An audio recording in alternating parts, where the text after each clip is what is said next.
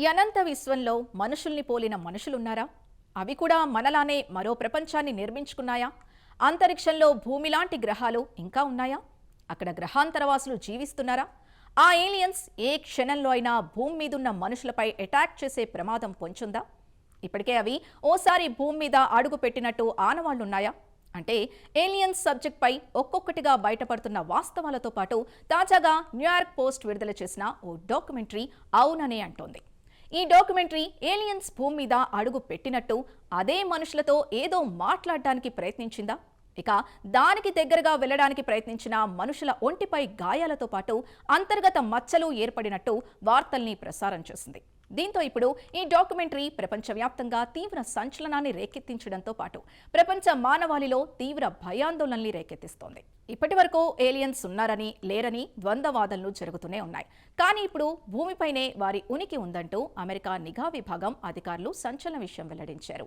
The age of disclosure పేరుతో కొత్తగా విడుదలైన ఓ డాక్యుమెంటరీలో విశ్వంలో మనతో పాటు మరో గ్రహంలోనూ జీవుల ఉనికి ఉందని వివరించారు. ఇతర గ్రహం నుంచి భూమిపైకొచ్చే అంతరిక్ష నౌకలున్నాయని, వాటి గురించి తమకు స్పష్టంగా తెలుసని ఆ డాక్యుమెంటరీలో 34 మంది మిలిటరీ నిఘా అధికారులు పేర్కొన్నారు. ప్రస్తుతం భూమిపైనే గ్రహాంతరవాసులు ఉంటున్నారని వారు కుండబద్దలు కొట్టారు. ఈ విషయంపై తమకు నేరుగానే అవగాహన ఉందని ఆ డాక్యుమెంటరీలో కొంతమంది వెటరన్ అధికారులు వెల్లడించారు.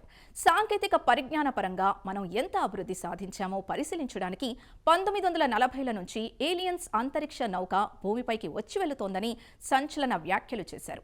ఈ విషయాలు తెలిసి కూడా అమెరికా ప్రభుత్వం గోప్యత పాటిస్తోందంటూ అధికారులు హాట్ కామెంట్స్ చేశారు.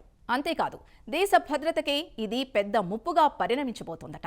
గ్రహాంతరవాసుల అంతరిక్ష నౌకల వేగం మన అత్యంత వేగవంతమైన ఎయిర్ క్రాఫ్ట్ల కన్నా 10 రెట్లు ఎక్కువగా ఉంటుందని, వాటి వేగం గంటకు 50,000 మైళ్లు దాటి ఉంటుందని వారు వెల్లడించారు.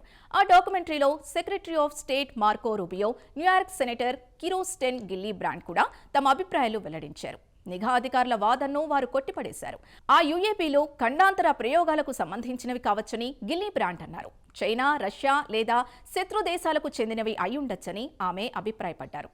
ఇక ఇదిలా ఉంటే 1964లో న్యూమెక్సికోలోని హోలోమన్ ఎయిర్ ఫోర్స్ బేస్లోని సిబ్బంది గ్రహాంతరవాసుల్ని ప్రత్యక్షంగా చూశారట. 1976లో అమెరికా మాజీ అధ్యక్షులు జార్జ్ బుష్ సీనియర్కి కూడా చెప్పారట. గ్రహాంతరవాసుల్ని కలిసిన నివేదికను హోలోమన్ ఎయిర్ ఫోర్స్ బేస్ అధికారులు జార్జ్ బుష్కి అందించారు కూడా. అయితే దీనికి సంబంధించిన భౌతిక ఆధారాలు ప్రస్తుతం అందుబాటులో లేవు. ది ఏజ్ ఆఫ్ డిస్క్లోజర్ అనే డాక్యుమెంటరీలో ఎరిక్ డేవిస్ అనే ఖగోళ భౌతిక శాస్త్రవేత్త 3 అంతరిక్ష నౌకలు హోలోమన్ ఎయిర్ ఫోర్స్ బేస్ సమీపానికి వచ్చాయని చెప్పారు. వాటిలో ఒకటి కిందకు దిగగా అందులో నుంచి ఒక గ్రహాంతరవాసి కిందకొచ్చి వైమానిక దళం సిబ్బందితో మాట్లాడటానికి ప్రయత్నించినట్లు అధికారులు బుష్కు సమాచారం ఇచ్చారని ఎరిక్ డేవిస్ వివరించారు. అయితే మిగతా విషయాలేవి బుష్ తనతో చెప్పలేదని, ఇతరులతోనూ చర్చించలేదని చెప్పుకొచ్చారు. గ్రహాంతరవాసులకు సమీపంగా వెళ్లిన సిబ్బందికి కాలిన గాయాలు, అంతర్గత మచ్చలు ఏర్పడినట్లు స్టాన్ఫోర్డ్ విశ్వవిద్యాలయంలో రోగనిరోధక శాస్త్రవేత్త, క్యాన్సర్ పరిశోధకుడు గ్యారీ నోలన్ నివేదికలో తెలిపారు.